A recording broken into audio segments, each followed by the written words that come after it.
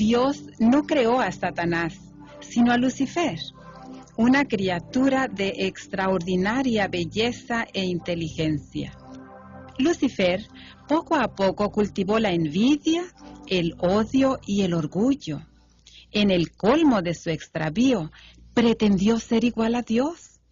Se rebeló contra Dios, acusándolo de tiranía y desamor. Dios no destruyó a Satanás para permitir que con el tiempo se manifestara en toda su crudeza la malignidad de su proceder, y no quedaran dudas acerca de la justicia y el amor divinos. La Escritura nos dice en el libro del Génesis que Dios creó al hombre a su imagen, y vio Dios que todo lo que había hecho, y he aquí que era bueno en gran manera. El hombre fue dotado por su Hacedor de inteligencia, de razonamiento y capacidad para elegir libremente su destino. Al enfrentarse con Satanás y al caer en la tentación, cometió el pecado de desobediencia a un mandato definido de Dios. Creyó a Satanás y desconfió de Dios. De esa manera rechazó a su Padre Dios y se puso bajo la tutela de Satanás.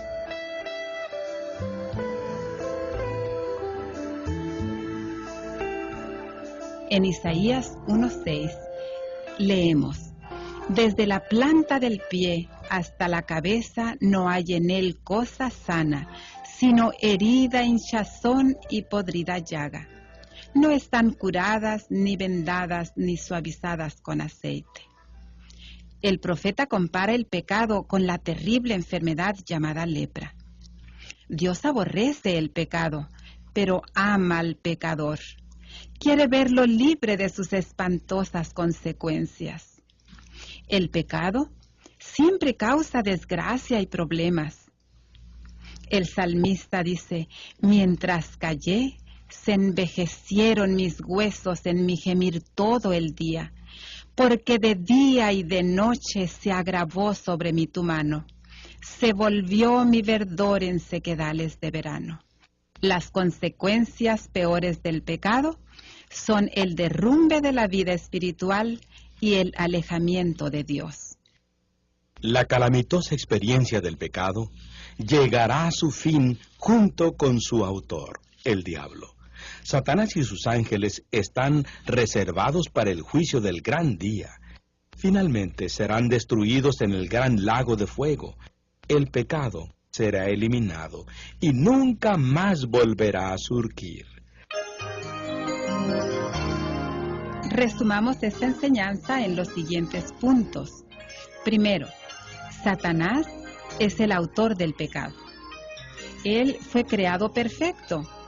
Al permitir que la maldad entrase en él, quiso ser igual a Dios. Como resultado, se produjo entonces una batalla en el cielo. ¿Qué es el pecado? El pecado es la transgresión de la ley. Toda injusticia también es pecado. Saber hacer lo bueno y no hacerlo también se constituye en pecado. Otro aspecto que se constituye en un pecado es rechazar el mensaje de Jesús, rechazar la voz de Dios. En tercer lugar, veamos las terribles consecuencias del pecado. Quita la paz del alma. También separa a la persona de Dios. Convierte al pecador en siervo de Satanás. La consecuencia final del pecado es la muerte eterna. La palabra de Dios nos dice: porque la paga del pecado es la muerte, mas la dádiva de Dios es vida eterna en Cristo Jesús, Señor nuestro. Gracias a Dios porque hay un auxilio eficaz en la lucha contra el pecado. Si estamos con Dios, entonces el diablo huye. Dios ha hecho provisión para que nosotros podamos salir ilesos del pecado. Además, la sangre de Cristo Jesús nos limpia de todos los pecados. Primera de Juan 1:7 nos dice, y la sangre de Jesucristo, su Hijo, nos limpia de todo pecado. ¿Qué debemos hacer entonces en base a lo aprendido en este estudio? En primer lugar, odiar el pecado y sentir vergüenza por haberlo cometido.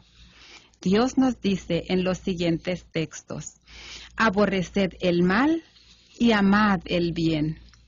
Os acordáis de vuestros malos caminos y de vuestras obras que no fueron buenas, y os avergonzaréis de vosotros mismos. ¿Qué más debemos hacer? Apartarnos de las tentaciones y resistir el mal. No entres por la senda de los impíos, ni vayas por el camino de los malos, nos dice el sabio Salomón en Proverbios 4:14. Y agrega el salmista, apártate del mal, haz el bien, Salmos 34:14. En tercer lugar, debemos resistir decididamente a Satanás, usando las armas espirituales. Vestíos de toda la armadura de Dios, para que podáis estar firmes contra las acechanzas del diablo. Por último, debemos aceptar que la victoria la tenemos segura cuando estamos en Cristo Jesús. Dios, que nos ama, nos ayuda a salir más que vencedores en todo. Romanos 8:37. Gracias a Dios, que nos da la victoria por medio de nuestro Señor Jesucristo. Primera de Corintios 15:57. Estimado oyente, que tu resolución en esta ocasión sea, con la poderosa ayuda de Dios, resistiré las tentaciones de Satanás. Quiero limpiar mi vida de todo pecado y con la ayuda del Señor, vivir victoriosamente en Cristo Jesús.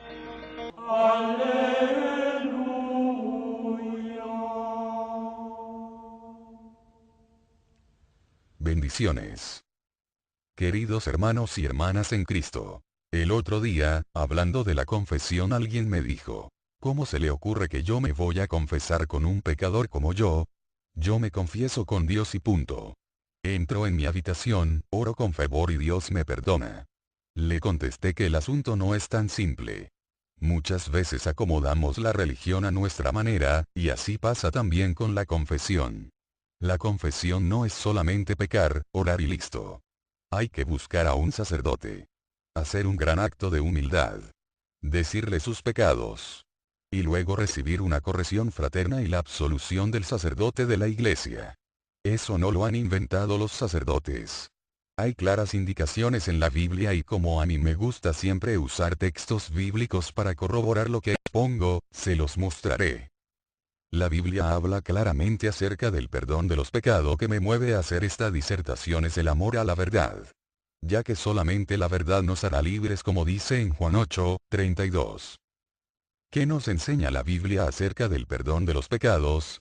Jesús perdona los pecados. En el Antiguo Testamento el perdón de los pecados era un derecho solo de Dios. Ningún profeta y ningún sacerdote del Antiguo Testamento pronunció absolución de los pecados.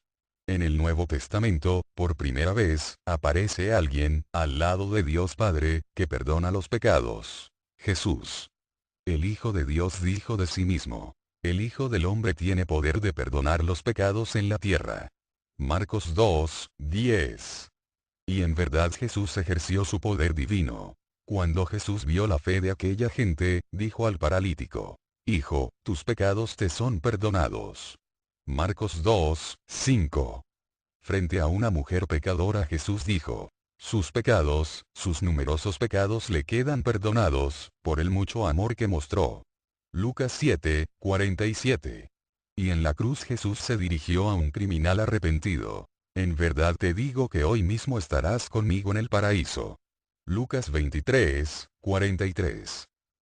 Jesús comunicó el poder de perdonar pecados a sus apóstoles. Jesús quiso que todos sus discípulos, tanto en su oración como en su vida y en sus obras, fueran signo e instrumento de perdón. Y pidió a sus discípulos que siempre se perdonaran las ofensas unos a otros.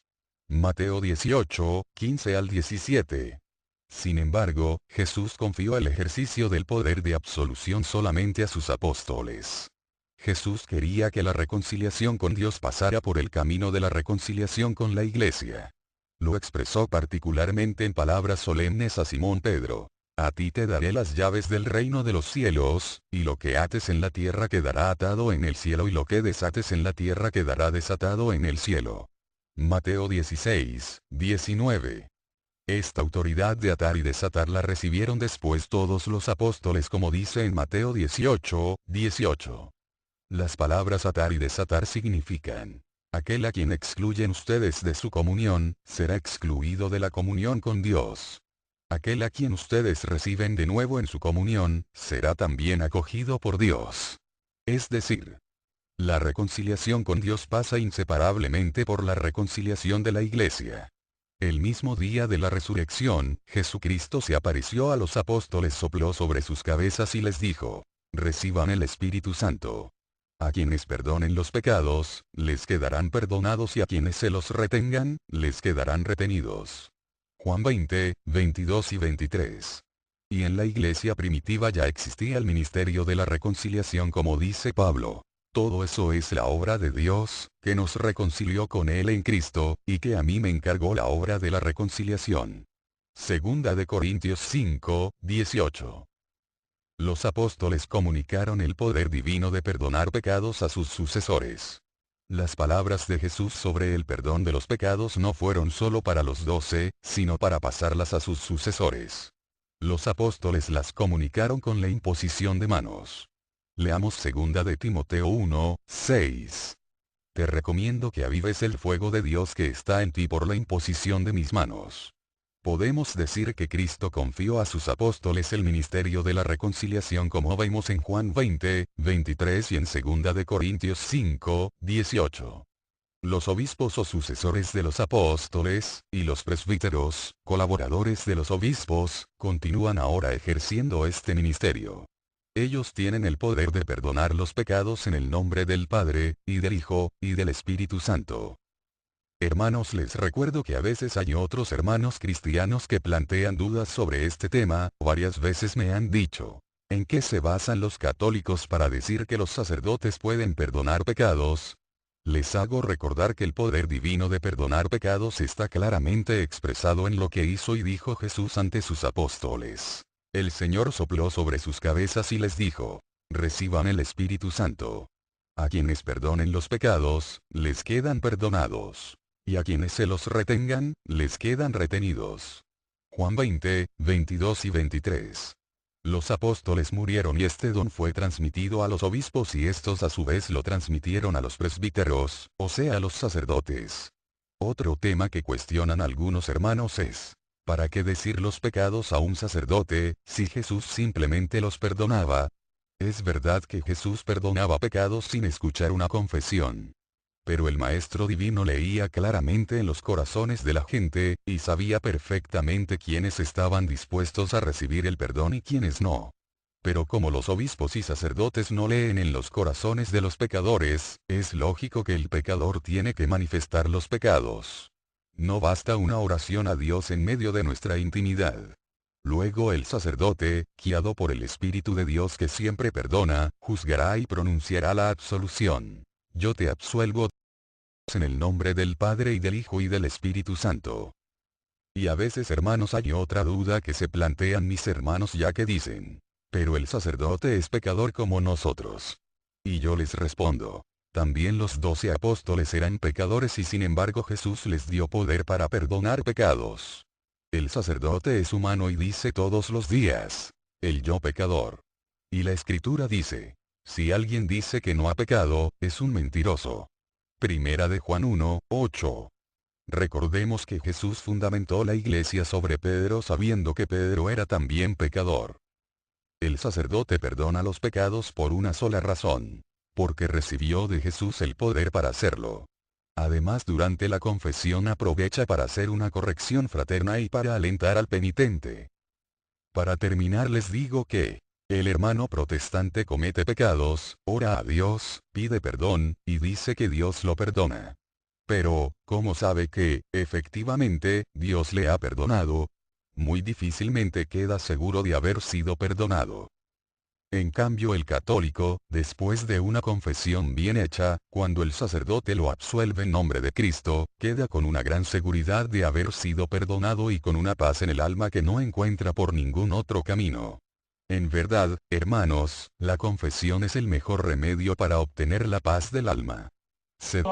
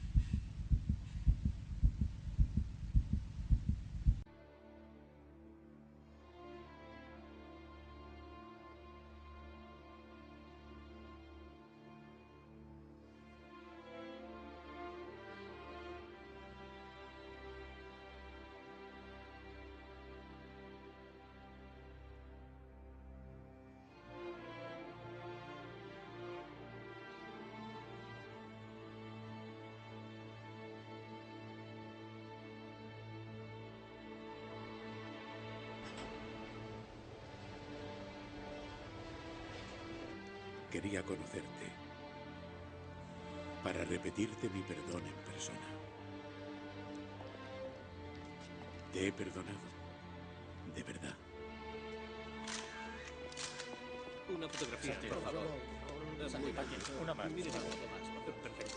Gracias. Por favor, ya es suficiente. Gracias. Basta ya, por favor. ¿Cómo es que no has muerto? Sé que mi puntería es perfecta. Sabía que esa bala iba a ser definitiva. Dime, ¿por qué no has muerto?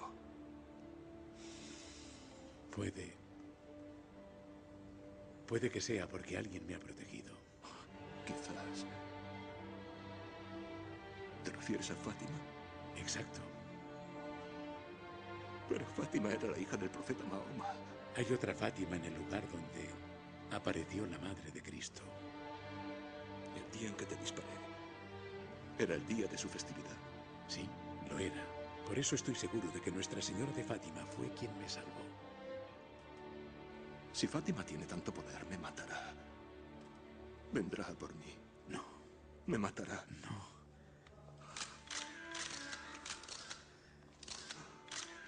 María es la Madre de Dios. Ella ama a todo el mundo y muchos musulmanes la honran.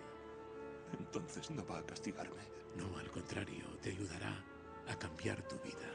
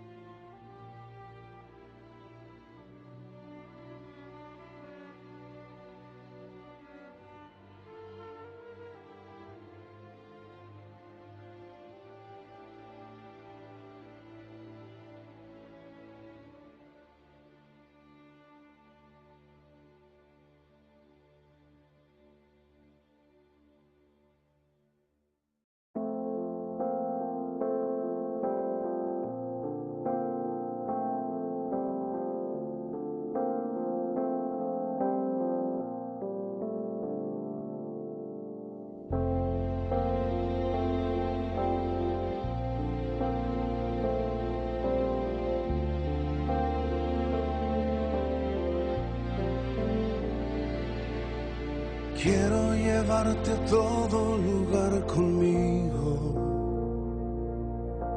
Quiero que entre la gente seas conocido.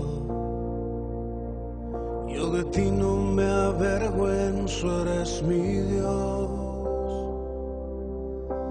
Quiero llevar tu voz por todo camino y de tu amor hablar con desconocidos. Al lugar donde trabajo, a la escuela y donde viajo, te quiero llevar. Fuera del templo y la religión, por todo pueblo y toda región, entre las gentes que vagan hoy, sin rumbo fijo, sin dirección, entre las plazas de mi ciudad, en donde hay tanta necesidad, por todas partes te llevaré, pues no hay paredes que te puedan esconder.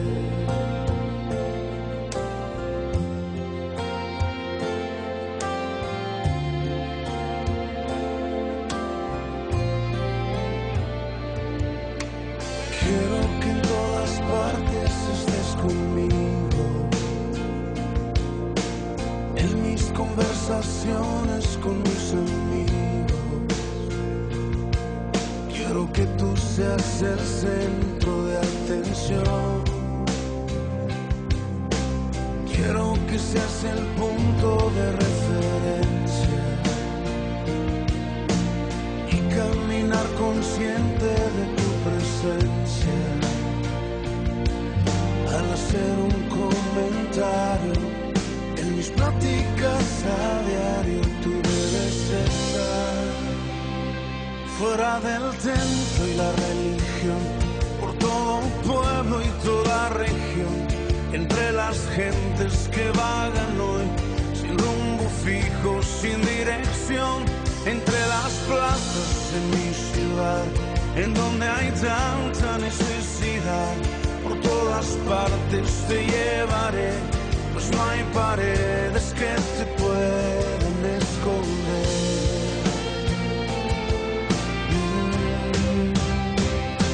Fuera del templo y la religión, por todo pueblo y toda región, entre las gentes que vagan hoy, sin rumbo fijo, sin dirección, entre las plazas de mi ciudad, en donde hay tanta necesidad, por todas partes te llevaré, pues no hay paredes que te puedan esconder.